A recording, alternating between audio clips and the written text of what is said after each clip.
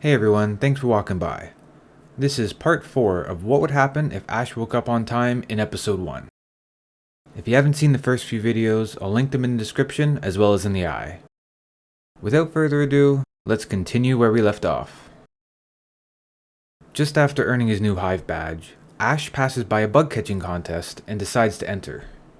While he's waiting in line at the registration desk, he spots Casey with her Bulbasaur that must have recently evolved into an Ivysaur. She tells him that she's also collecting badges, and she already has 2 of them. They decide to make the bug catching contest a friendly challenge that definitely isn't fueled by Ash's jealousy. Both Ash and Casey catch a few Pokemon, but only the best are entered into the competition. In the end, Ash catches a Beedrill while Casey catches a Sunkern. The judges tally their votes and decide that even though Sunkern isn't a bug Pokemon, Casey still wins the competition. And not only gets the bragging rights, but she's given the Sunkern she caught as well as a shiny new Sunstone. With the competition over, Ash feels genuinely happy for Casey. She mentioned before that she loves yellow Pokemon with black stripes, and with so few of them kicking around, Casey's pretty stoked to have won. The two part ways, with Casey heading back to Azalea Town and Ash heading forward to Ecruteak City. When he arrives in Ecruteak City, he stops off at the Pokemon Center to rest up his Pokemon for the night. Then the next morning, bright and early, he heads over to the gym. There he meets Morty, and they agree to a 3-on-3 battle.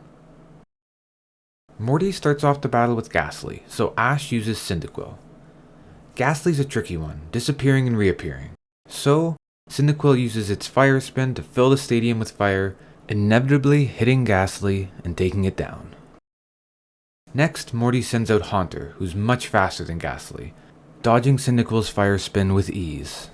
Not to mention, it's much more horrifying than Ghastly. And, as a bonus, it hits like a bus. Ash decides to use Pineco to stop Haunter before it builds up too much momentum, so he gets Pineco to jump up next to Haunter and use Explosion. Needless to say, it was a double knockout. Morty and Ash both send out their final Pokemon, Gengar and Chikorita. Right off the bat, Chikorita's hit with a big Shadow Ball, taking major damage, and just as Gengar is about to use another, Chikorita starts to glow and evolves into Bayleaf. Bayleaf dodges Gengar's Shadow Ball and slaps it in the face with a Vine Whip, finishing it off. This earns Ash the Fog Badge and a newly evolved Pokemon. Flying high on his new Bayleaf, Ash decides to take a pleasant stroll through the woods. As he's walking, he hears a rustle in the bushes. He gets a little closer, only to be met with a honkin' Ursaring, who just happens to be pissed off about something. Ash moves as fast as his feet can take him, until he realizes he's a Pokemon trainer, so he can just fight it with his Pokemon. He sends out Bayleaf and immediately calls for a Vine Whip, which only seems to piss it off more, so he smacks it even harder with a Razor Leaf, and that seems to calm him down a bit. Ash throws a Pokeball at the Ursaring and waits. It wiggles a few times and then goes still. Aside from the minor heart attack that'll most definitely shorten Ash's lifespan by a few years, it was a pretty good day. A little further down the road, Ash arrives in Olivine City and makes his way to the gym. There he meets Jania, who tells him that she's the gym leader and they agree to a 2-on-2 battle. Just as they're about to start, a woman named Jasmine storms out and tells Jania off.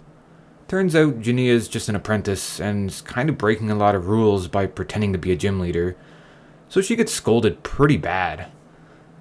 Jasmine then turns to Ash to apologize, then adds she won't be able to have a gym battle with him because one of her Pokemon is sick and the medicine is on Cianwood Island.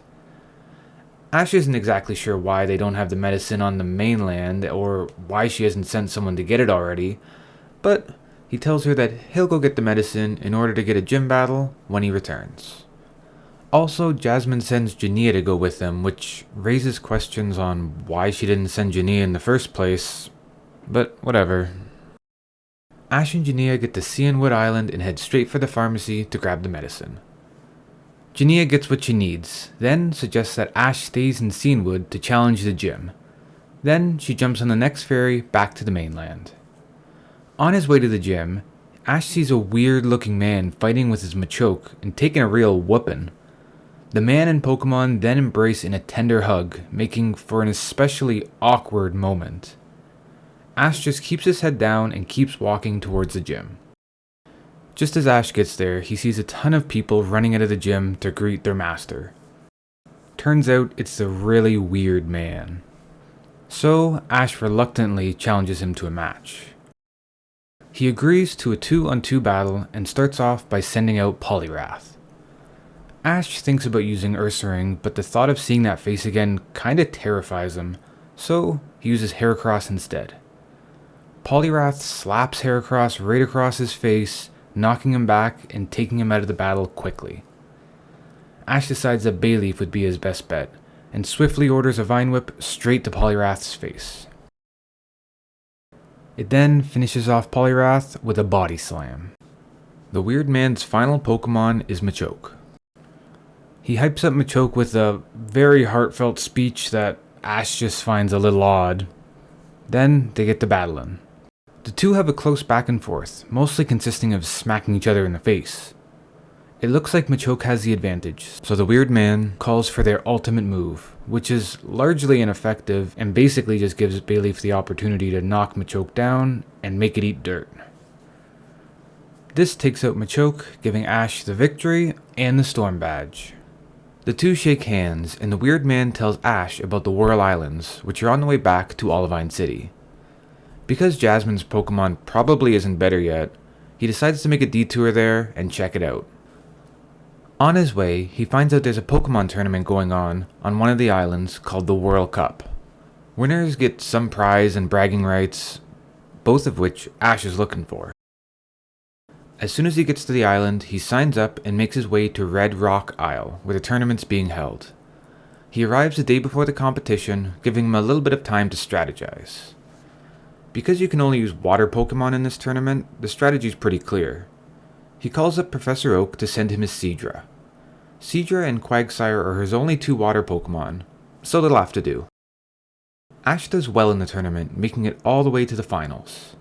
The last match is a 2-on-2 battle against a girl named Misty from Cerulean City. He doesn't know much about her, but she's said to have been destroying the competition so far, and she's the favorite to win the whole tournament. When Ash steps up to the arena with her, he senses this intensity that none of the other trainers have had. It makes him wonder what happened to her to make her this way. Next thing he knows, the match has started and Misty sends out her Starmie. Ash responds with Seadra. The two have a close battle, trading blows back and forth. In the end, Seadra just comes out on top by landing a critical Hydro Pump, taking Starmie out. Misty recalls Starmie and sends out her second Pokeball. There's a big flash of light, followed by the shadow of a huge Gyarados. Gyarados moves forward and hits the already tired Seadra with a Hydro Pump, doing tons of damage and taking it out of the battle. Ash's second Pokemon is Quagsire. Quagsire gets one look at Gyarados, lets out a loud quack, then gets obliterated with a Hyper Beam, knocking it out. This knocks Ash out of the competition, but honestly, he isn't upset about it. There was something about Misty that threw him off. She had this confidence and calmness that he hadn't seen in a trainer before, and it kinda gave Ash the feeling that he was gonna lose right from the start. He tries to put it out of his head as he calls back Professor Oak to send back Seadra and maintain his all-Johto team. After this sidetrack, Ash is amped to get back to collecting badges, so he heads back to Olivine City to challenge Jasmine again. He meets her at the gym and learns that her Pokemon are doing much better, so she agrees to a 2-on-2 battle. She starts off the battle with Magnemite, and Ash sends out Bayleaf. Magnemite's strong, but Bayleaf is just able to take it down with a Vine Whip. Jasmine's last Pokemon is Steelix. Steelix comes out guns a-blazing and smacks Bayleaf with a powerful Iron Tail, finishing it off. Ash responds with his last Pokemon, Cyndaquil, giving him the type advantage. Cyndaquil needs to be careful. One hit from an Iron Tail would probably take it out, but Cyndaquil is nimble enough to avoid Steelix's attacks and lands a Fire Spin, taking down Steelix and winning Ash the match. This earns Ash the Mineral Badge. He bids farewell to Jasmine and starts to head east towards Mahogany Town. On the way, Ash runs into Gary, who's using his Arcanine to ride around on a skateboard thing. Turns out there's a competition called Extreme Pokemon, where trainers ride on skateboards behind their Pokemon and race each other. Also, as part of the rules, you have to carry a Pokemon egg for half of it. Yeah, I don't know. Shortly after, he meets someone named Shelby who runs a Pokemon daycare that's involved with the race and offers to help Ash enter the competition. All Ash needs to do is choose his Pokemon. Ash chooses to use Bailey for the race and spends the evening practicing. The next morning, he arrives bright and early for the race, where he sees Gary as well as someone he didn't expect to see, Casey with her Rapidash as her chosen Pokemon. He goes over to say hello, but there isn't much time for chit-chat. The race is about to start.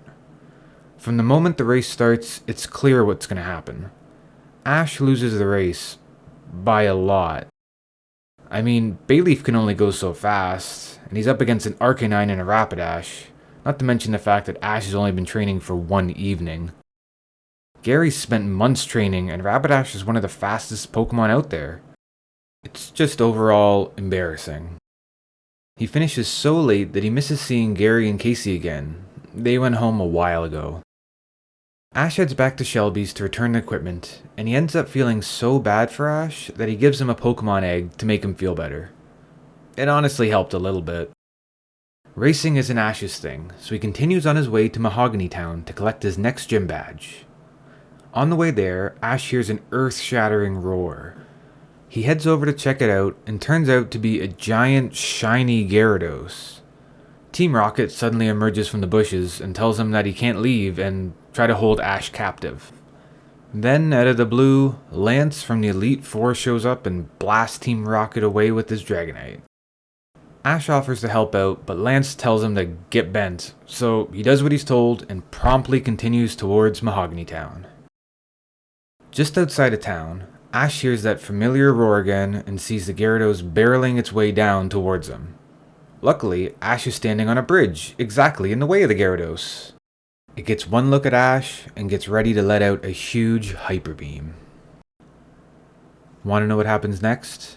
Find out in the next video. Thanks for walking by.